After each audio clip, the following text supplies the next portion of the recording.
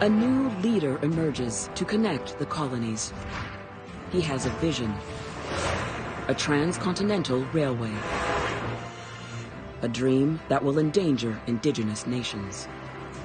From the Atlantic to the Pacific, and north to the Arctic Circle, Canada, the second largest nation on Earth, is born.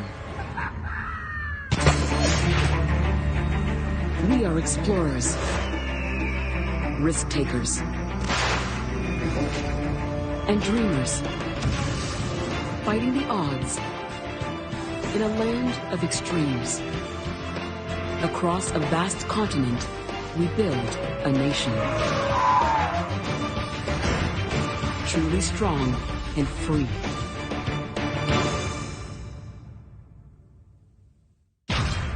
June 1858. New Caledonia, 150 kilometers inland from the Pacific coast, in what is today central British Columbia. A vast territory, home to more than 70,000 indigenous people. But since 1821, this land has been controlled by the Hudson's Bay Company.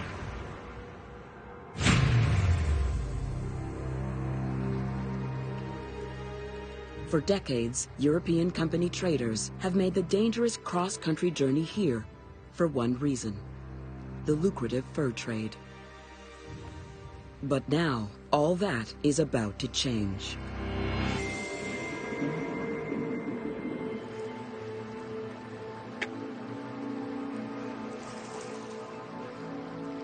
Gold! Boys, I found gold!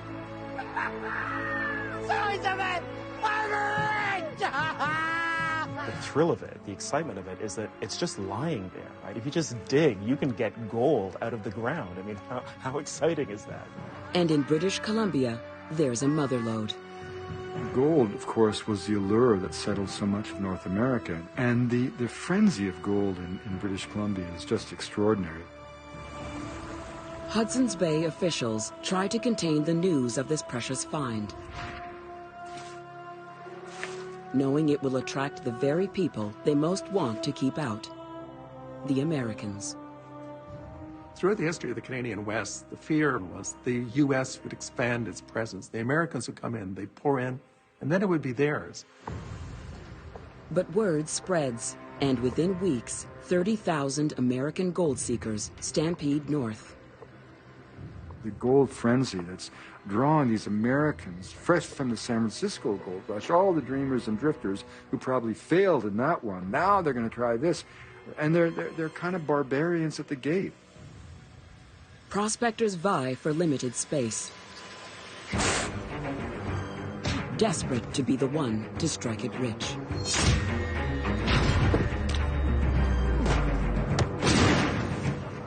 Who knows why that quest for gold began, but it's something that every culture seems to have shared since the dawn of time. Gold fever is called that for a reason. And with no rule of law, this British territory north of the 49th parallel is vulnerable. Until one man shows up determined to restore order and reassert control. Drop that weapon! In the name of the British Crown. Seize that man's weapon! Born in British Guyana, James Douglas comes to North America at age 16 and joins the Hudson's Bay Company. Disciplined and ambitious, he becomes the company's chief agent in the coastal West, but he has no constitutional authority. Douglas is on its impossible outpost that becomes British Columbia. He's in the midst of the madness of a gold rush. The whole thing is teetering in the balance. You know, this, after all, is it going to be British? Is it going to be American? Very quickly, Douglas takes charge. He devises a brand new set of laws and recruits a unit of British soldiers to enforce them. He declares British ownership of mineral rights and requires all gold seekers to purchase a license. there had to be that enamel confidence, and that's what Douglas had in spades. And also he had a true conviction that it was essential that kind of law and order be brought to this situation. And that was a conviction that, of course, was in the very fiber of his being. August 1858. Britain declares the region a formal colony, British Columbia, and names Douglas governor. Canada's eastern colonies now eye British Columbia as an even richer frontier and dream of easier ways to access it. But first, they must unify themselves. September 1864. Charlottetown, Prince Edward Island. The Premier of what is now Ontario leads a meeting of Canada's colonial leaders. His name is John A. Macdonald, and he has a vision for the future. The colonies actually needed each other. They recognized that the danger at this point was that Britain was losing interest in its British North American colonies that were proving to be very expensive to defend and finance. It takes 3 years, but on July 1st, 1867, Ontario, Quebec, New Brunswick, and Nova Scotia joined together in confederation. For the first time, you have not just a collection of provinces and geographical regions, but you actually have the sense that there is a nation here. The Dominion of Canada is born. Prime Minister Macdonald knows to be truly unified, we must be connected. The promise of a national railway is written into the Constitution. Macdonald was extraordinary for his time because he saw that this could be one vast country, and he saw that the railroad was going to be crucial to pulling it together. And this plan includes resource-rich British Columbia. So he makes a bold proposal. It was promised to British Columbia, if you join Confederation, we will bring a railway to you. And so that was one part of the plan. Macdonald sends out surveyors to the west to begin parceling out routes for his national dream. But this land has been home to the Métis and the Plains Cree for centuries. When we think of Indigenous people as being a part of Confederation, there was no such thing as that.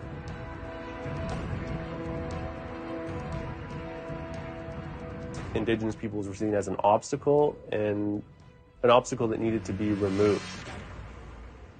On October 11th, 1869, near the settlement of Red River, in what is today southern Manitoba, the Métis are determined to send the surveyors away.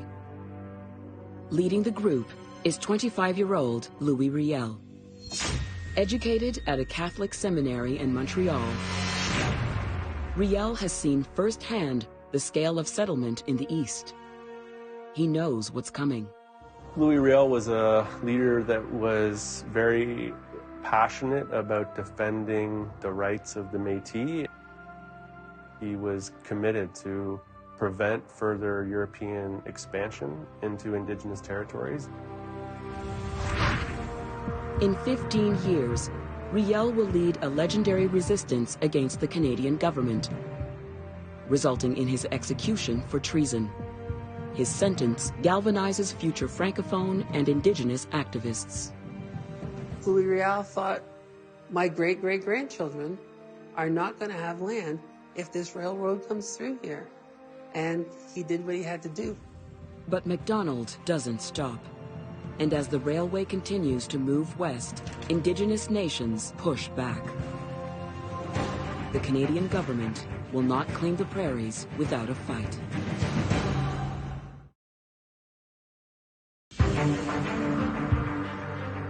The iron road that will tie this country together has pushed onto the prairies. It carries the hope of a new nation, but also despair for the Indigenous nations who call the prairies home. The worlds were colliding. That was a pretty inciting incident in our story, in Canada's story. this collision of cultures and belief systems and governments. The story of that time was kind of a nightmare for the indigenous people. 1884, in the Aspen Parkland region of central Saskatchewan. A band of Plains Cree make a 3-day trek to an important gathering of Indigenous leaders that will determine their place within the new nation of Canada. Their leader, and the man who has called for the gathering, is Mistahim Masqua, Big Bear. From his very youth, from 13 and 14 years old, he had visions. He had a vision of the Great Bear, who told him how to make a medicine bundle that would be his symbol and his sign of his power.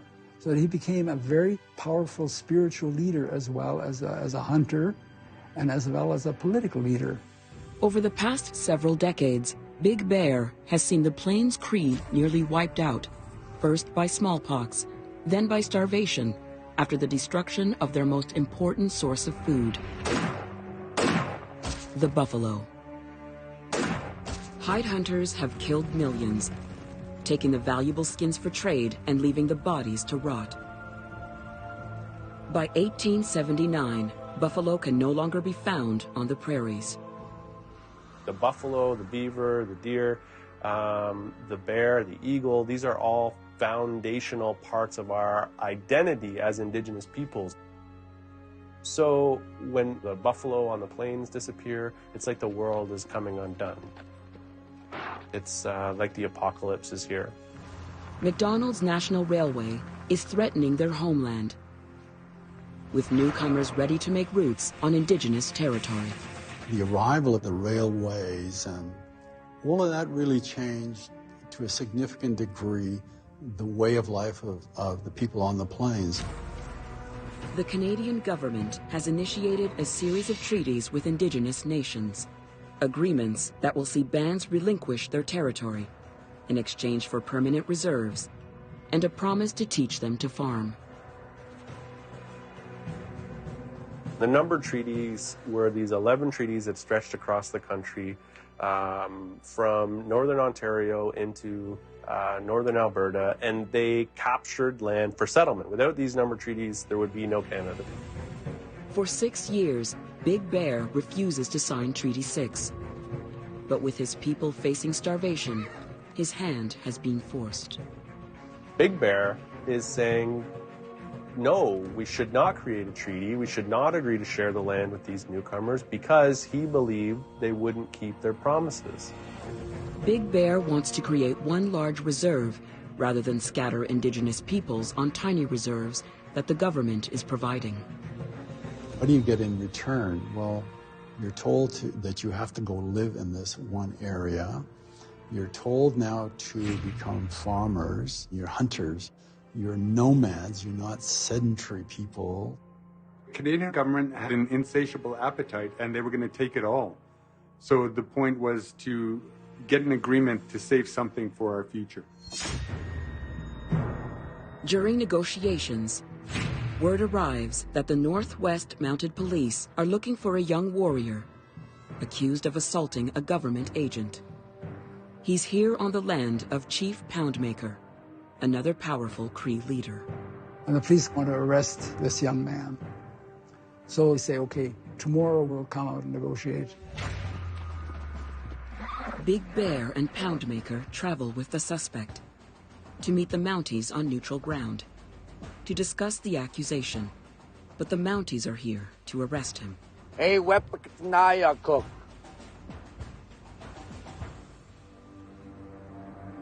Namoya! Nakek! Fuck. Okay.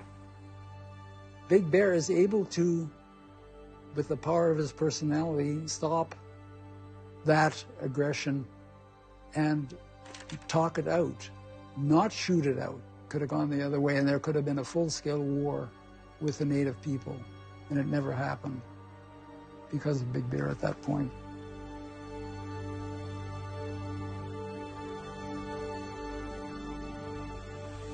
But the arrest brings the simmering anger of the younger Cree to a full boil.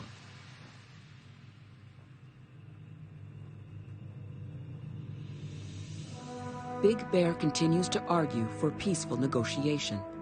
He knows the Cree can't win a war against the Canadian government. But even his own warriors have lost patience. Many ignore his plea for peace and decide it's time to fight.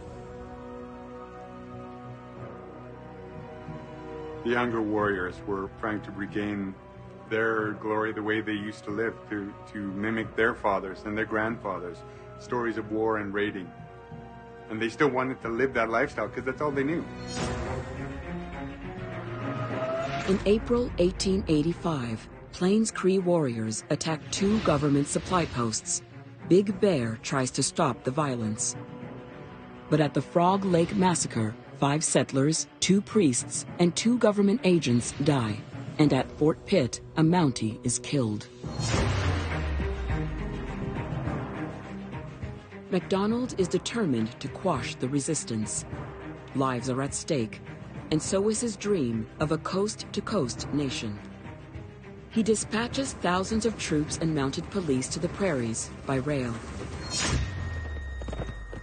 June 3rd, 1885. In what is today northwestern Saskatchewan, a party of mounted police catches up with the Plains Cree at Loon Lake. This time, bullets fly.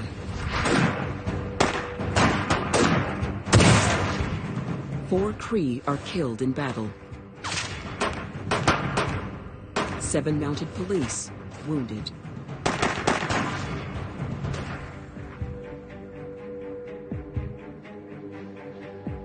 To stop the carnage, Big Bear puts himself in the line of fire.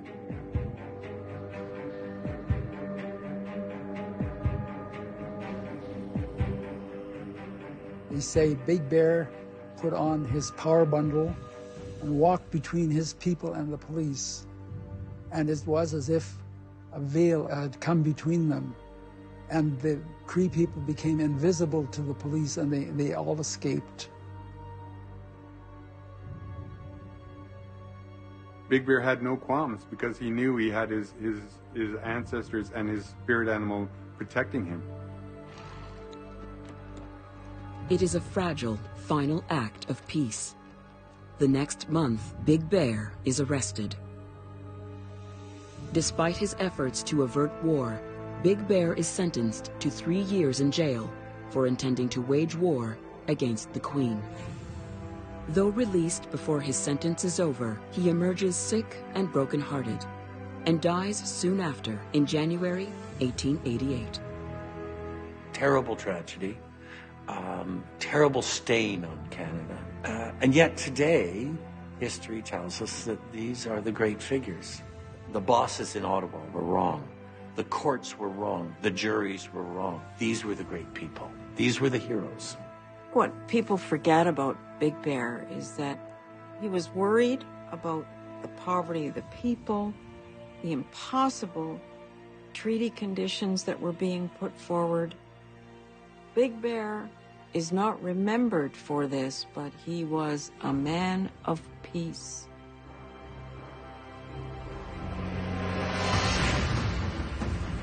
Indigenous resistance doesn't stop the progress of MacDonald's railway across the prairies.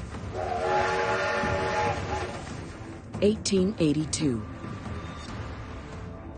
Quebec farmer Frederick Stimson has just traveled to High River, Alberta. He's looking for opportunity in a brand new industry, cattle ranching.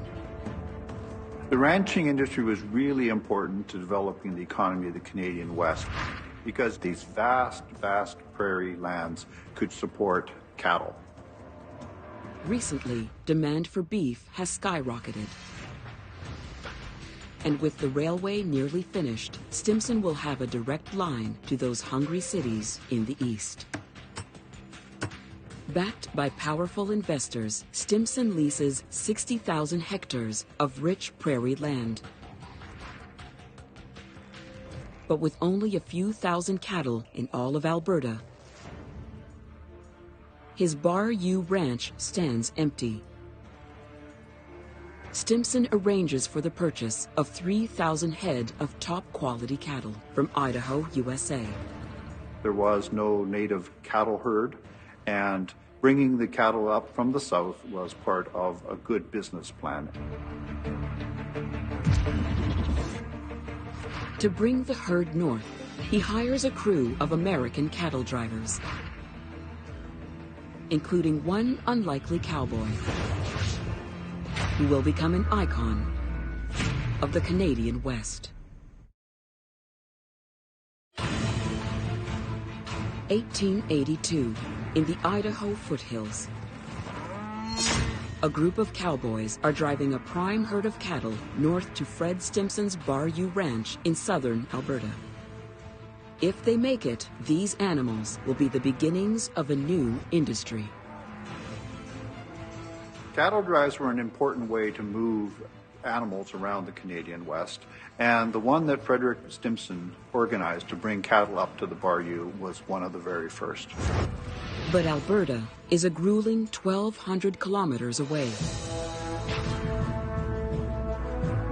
And the cowboys must work around the clock. One of the drive crew is John Ware. Born a slave in South Carolina, freed after the end of the Civil War, Ware moved to Texas to learn the cowboy trade. For John Ware to leave the U.S., to come to Canada on this job, I actually think he must have seen this as an opportunity to start over. He must have seen this as an opportunity for a new life.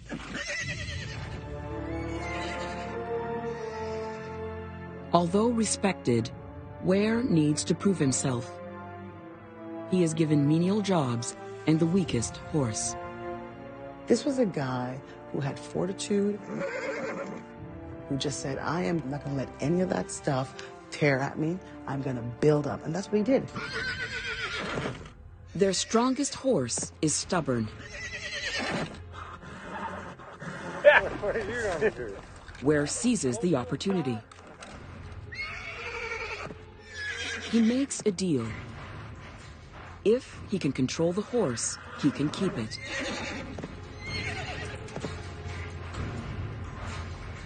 Whoa. Good. Whoa.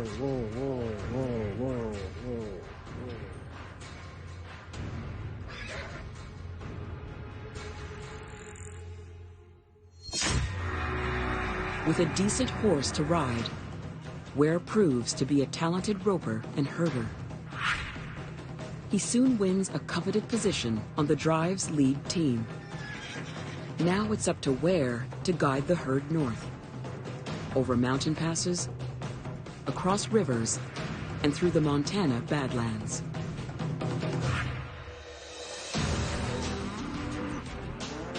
If you think of the entire task, 3,000 cattle, thousands of miles, probably through incredible weather conditions as well, it's probably something that no sane person would do.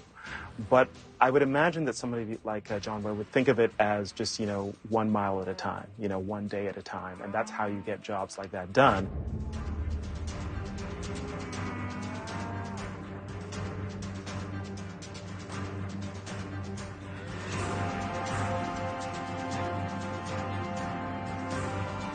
After 4 months on the trail, Ware leads the entire herd, intact and healthy, to the gates of the Bar U Ranch.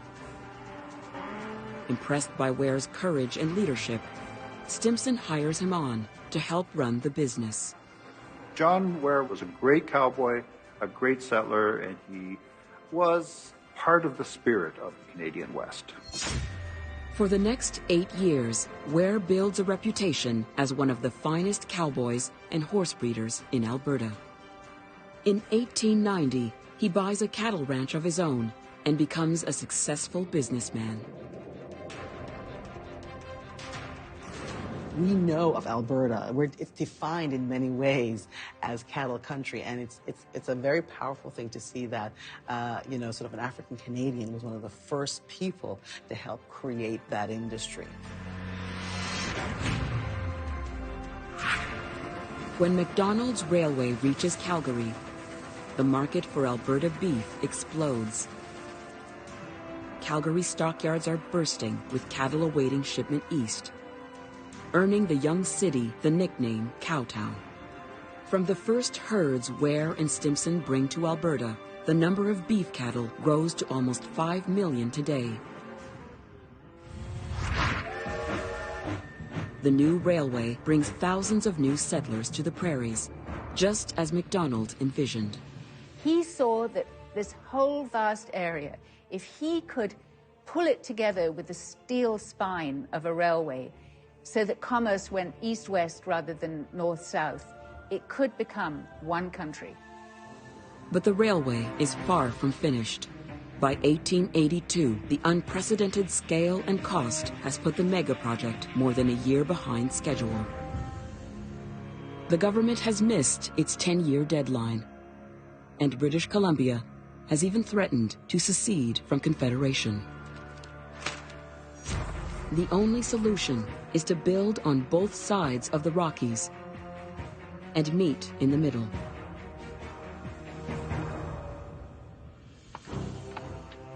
But the Canadian Pacific Railway is running out of money and workers. The CPR needed workers. They're not going to get this job done unless they've got people who would work hard. And apparently for less than the normal wage you'd have to pay for Eastern Canadian workers to go west. The CPR has a controversial solution to the labor shortage. Workers imported from China. The Chinese population in mainland China includes many people whose conditions of life there are terrible. So they're looking for any opportunity to leave. And one of the men charged with bringing them to Canada is an immigrant himself, Yip Sang. Yip Sang was an entrepreneur. He saw there was a chance to make money by bringing laborers who would work cheaply and work hard to build the great Canadian Railway. He was a man who was very committed to his community and saw the Chinese workers who he brought over as part of a broader community, as part of a family. But they are also exploited.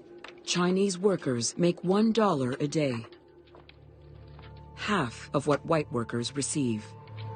Even then, even under these terrible clouds of exploitation, there's still this idea that we can offer a new start to people whose experiences elsewhere are worse. Unfortunately, what they met when they got here was something that was very little better, and in some ways was more exploitative. Chinese crews are given the most dangerous jobs, including blasting rock cuts and tunnels.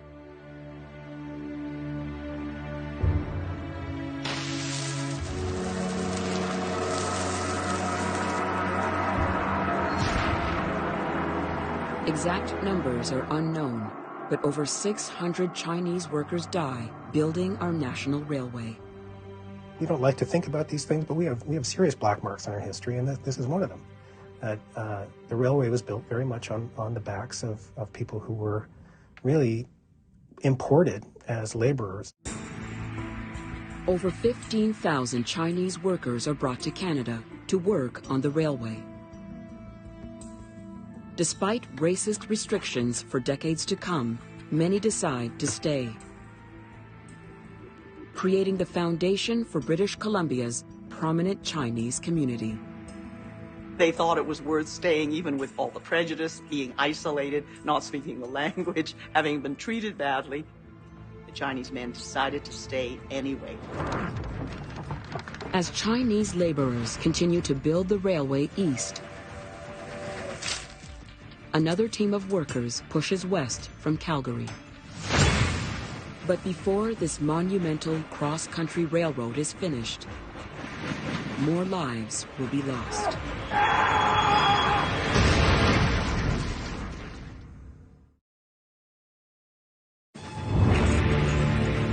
summer 1884. The rush is on to complete the final stretch of Canada's National Railway. But that will mean crossing the biggest natural obstacle on the continent, the Rocky and Selkirk Mountains. It is incredibly daunting to imagine having to develop a way to get a train through them.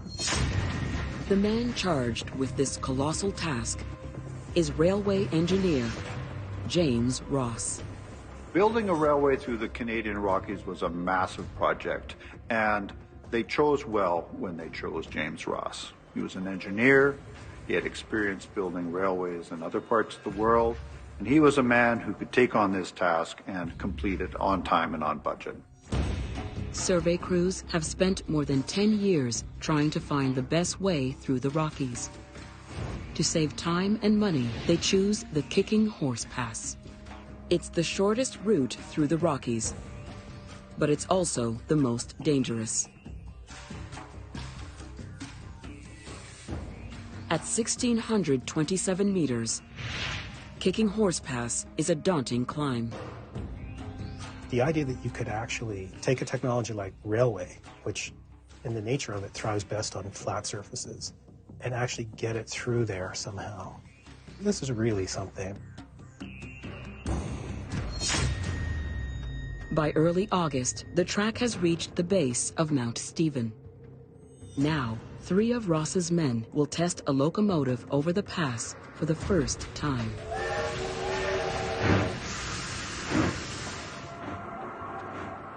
A train consisting of 2 engines and 3 boxcars slowly makes its way to the top of the pass. Going up is difficult, requiring twice the locomotive power needed on level ground. But going down is an even bigger challenge. Easy, easy. The 12-kilometer descent, known as the Big Hill, has a 4.5% grade, the steepest stretch of track in North America. The grades were far beyond what was acceptable even at the time.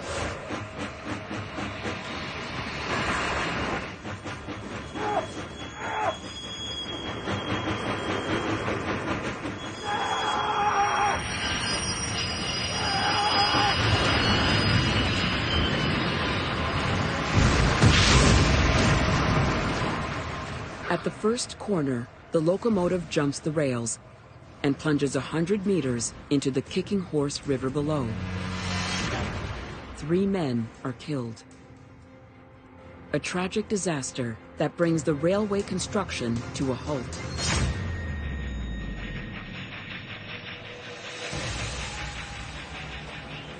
Ross immediately sets up new regulations limiting speed and introduces innovative braking systems on the pass. 3 side tracks, known as safety switches, are installed along the track and manned 24 hours a day. A runaway train can now be diverted uphill and stopped before it derails. The kind of effort that went in and the kind of engineering that James Ross developed, it was just at a very, very high level.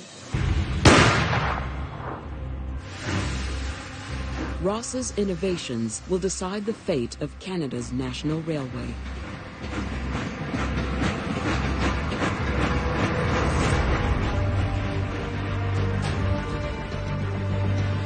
His next train through the pass triumphantly arrives, safely.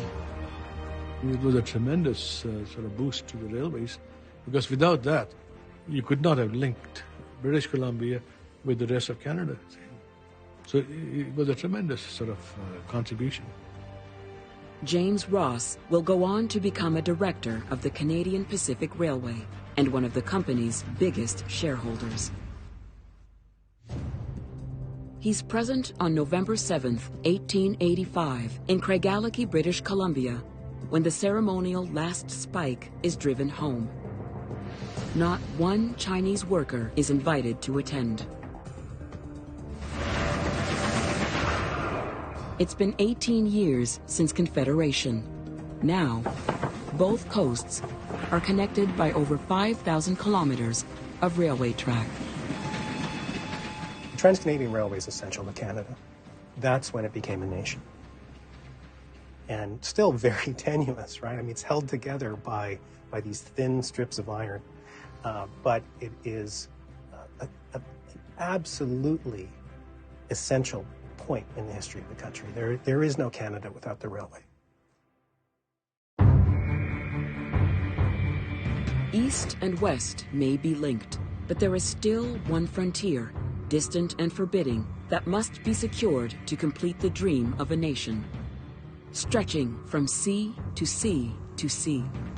Ask anyone that lives in the southern part of Canada, and that's most Canadians, what's special about Canada, and almost all of them will say the North. Even though they may never have been there in their entire lives, they know that the North is a magical place that is a part of who we are, and they value that. 1896, northwestern Canada, home to indigenous nations like the Tlingit, Tacony, and Tagish. On August 17th, a group of prospectors discovered gold in the Klondike River, sparking the biggest gold rush of all time, the Klondike Stampede. American prospectors descend on the area, so Ottawa rushes to give this region its own status within Confederation. They call it the Yukon. What happened was that when news of this extraordinary gold strike on the Klondike River finally drifted south, there was a mad stampede to get there. 40 years earlier, a similar frenzy almost overwhelmed James Douglas's British Columbia. Drop that weapon! It's happening again. The Yukon Gold Rush was kind of a free-for-all, and it was really important that the Canadian lawmakers establish some law and order. Most of the American gold seekers wind up in the new territory's capital, Dawson City. Dawson's population has exploded to 30,000. It's now Canada's biggest city, west of Winnipeg. Dawson City was said to be full of whiskey and women and gold. And yet it was actually different from any of the other mining camps that the west coast of North America had seen, because it had the Northwest Mounted Police. The Mountie in charge is a 25-year veteran of the force, Superintendent Sam Steele.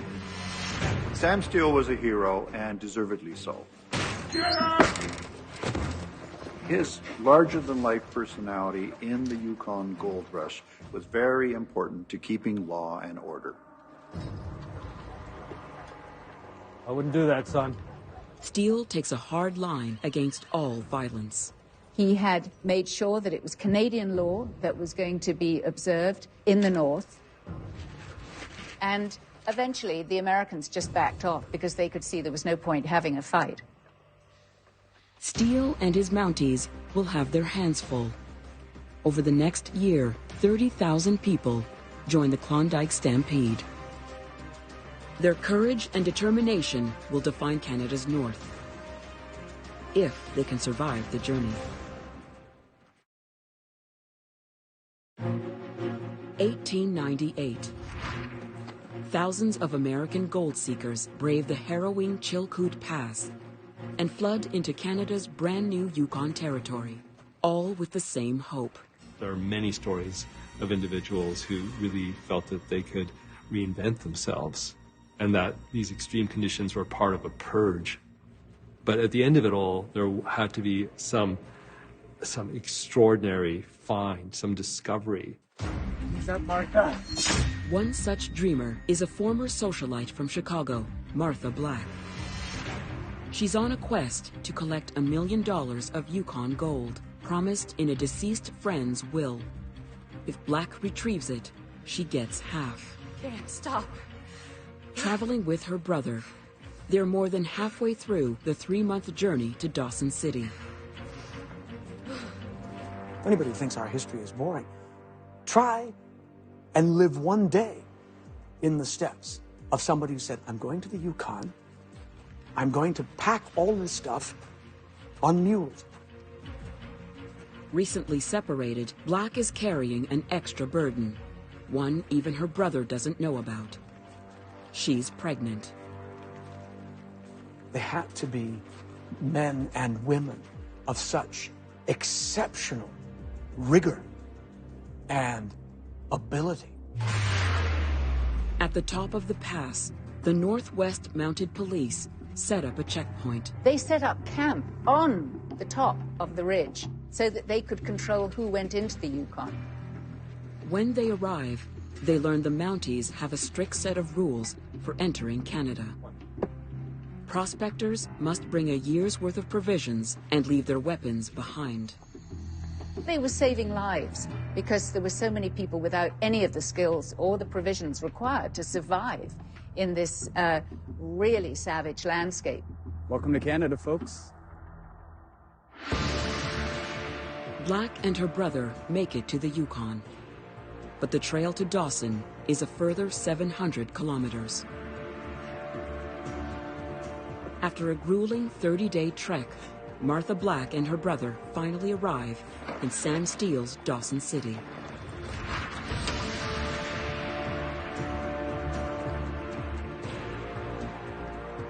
But Black's hopes are quickly dashed. There's no record of the unclaimed gold she'd been promised back in Chicago. By the time most of the stampeders arrived in Dawson City, all the best claims had been staked. With winter approaching and a baby on the way, there's no going home.